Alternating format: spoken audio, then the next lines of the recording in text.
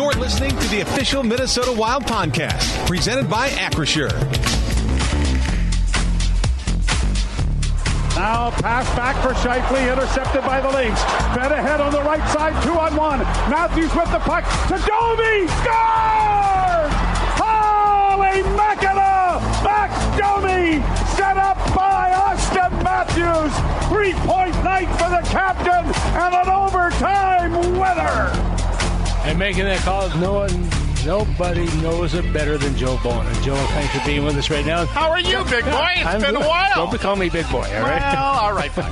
Well, you slimmed right down. Yes, I certainly have. I'll just call you Slim. Please do.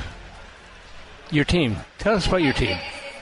They're the Toronto Maple Leafs, established in 1917. Played mostly at Maple Leaf Gardens over the years and have moved here a number of years ago and now can't win a round in the playoffs or win the Stanley Cup since 1967. Is that anything else you'd like to know? Don't advance? Is that what the motto is after the first one? Don't advance? No, you know, it's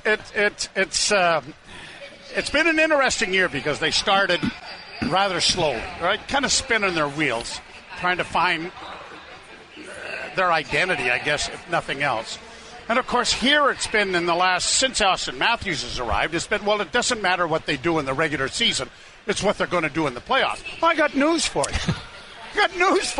You got to get in first before you can be disappointed.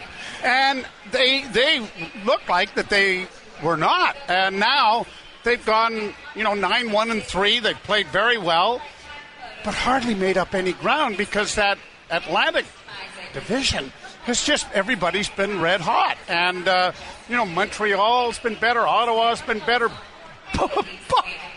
Buffalo. Oh, we beat them the other day in overtime. Oh, thank you. Appreciate it. But they've been better. So, and Boston has recovered from all of the changes that they've made. Florida is still Florida. Tampa's playing really well. It's the toughest division to make up ground in. And the Leafs, as well as they've played, are still not in a playoff spot. So, be careful what you wish for. Yeah, you've been doing this long time. What is game number 3,800 tonight? Is that right? 3,800 tonight. Wow. Yeah. Wow. Yeah, and I remember two of them. The first one and the last one. This right? one, yeah, and the last one, yeah. No, it's been fun. It's our last season, but we've enjoyed the ride. It's been, as you know, you never work a day in your life. You're just sitting here. Don't say that too loud, okay? Oh. Yeah, right. We still get paid, don't we? Yeah.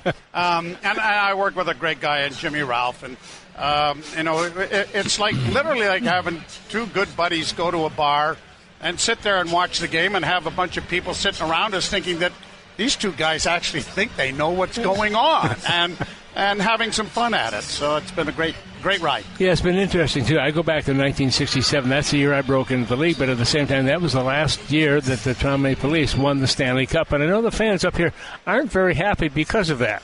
No, but I'm a Boston Red Sox fan. Okay. That was 86 years. Wow. Right? Between World Series. Wow. How about the Chicago Cubs? It was 104. So we're still in our infancy as far as not winning the ultimate prize. But there's been some great runs. We've had some marvelous runs at it over the years with Doug Gilmour and Wendell Clark, and then Matt Sundin and company with Pat Quinn. So, they haven't. But they've come as close as damn is to swearing, as I often say. Yeah, and you've seen a lot over the years. And I think of, Darryl Sutter, when he scored the 10 goals against Boston, 10 points. Six goals, 4 assists in that stretch. And how the game has changed since that point. I mean, I don't think we'll see that in a long time. Well, maybe next game. Next game. Well, you never know. I mean, records are made to be broken.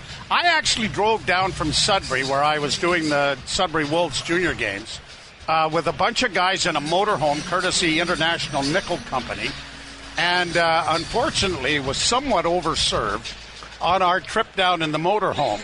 And at the Gardens, there was no big board or any kind of information. And in my haze, I had no idea he had 10 points. I didn't know until the next morning. I was stupid. I tell Darryl this all the time. I said, apparently you had a hell of a night. And I was there. And so did you. Yeah, so did I had a great night. Are you kidding? Oh, I had a great night. Where did the phrase Holy Mackinac come from? My dad was a general surgeon in Sudbury, delivered 3,000 Sudburyans, including somebody you might know, Edward Shack. Eddie Shack, yeah. Delivered by my dad. Yeah. And he would belt that out because he was a big Leaf fan and a great Johnny Bauer fan. And I played goal, he played goal. We were both in love with Johnny. I was going to replace Johnny, of course. That didn't work out as well as I'd hoped. And anyway, but he would blurt that out when Johnny would make a great save, probably instead of some other deleted expletive. Yeah, you mentioned Sudbury, of course, an old friend of yours that you knew up there, a goaltender by the name your of... buddy, Carl Wetzel. Carl Wetzel. One night I was in your fine establishment, and he was sitting there, and I was looking at him, and I know this guy from somewhere, and I had no idea, and I think I went up to you, I said, who is that? And he said, it's Carl Wetzel. I said, I sat behind him at the Sudbury Arena as a goalie, and I was studying him. And I honestly, and I don't know if this is true or not, but it was as close as damn is to swearing, that he led the Eastern Professional Hockey League in penalty minutes. I'm not sure about goals against average, but he must have been in a fight every night. And of course, the goalie never had to go serve the penalty. No. Somebody else had to do it. This was like free lunch. Yeah, can do whatever I want on somebody. So Carl had a storied career in the Eastern Professional Hockey League in Sudbury. 3,800 games. Wow. Is there one game in particular you remember the most? I keep telling everybody it hasn't happened yet. And that would be? Win one before I'm done. Before you. It's funny. The Nicky Borashevsky goal in 92-93, really because when in the 80s with the ownership under Harold Ballard, there was no chance. He wasn't going to spend the money. He wasn't going to provide the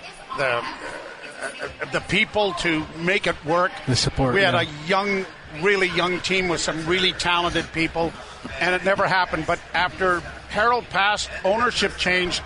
But that year under Cliff Fletcher, it demonstrated that it was the watershed mark. They were going to try. They were going to spend money. There wasn't going to be anything left where they're going to go for it. And it literally the league had to change the rule to put a salary cap in because the Leafs were prepared to outspend people for talent. And Pat Quinn brought in guys and whatnot. We had terrific runs with him. But the Nicky Borashevsky goal against Detroit in Game 7 in overtime, that was sort of, okay. That chapter's gone. It's a whole new chapter. No, they haven't won the ultimate prize, but they've come pretty close. Yeah, I wish we had more time to spend with you. Wish you all the best. 3,800 games plus whatever you do. And we'll see you down the road, Joe. Thanks for being here. Joe Bowen, our guest here. Kevin, let's go back to you. All right, Tom, one of my favorites, Joe Bowen. When he's in town, he'll get a gift certificate down to Tom Reid's Hockey City Pub. Wild lead the Leafs 2-1 after 20 minutes of play. We'll recap the first period next. This is Wild Hockey, presented by Grand Casino.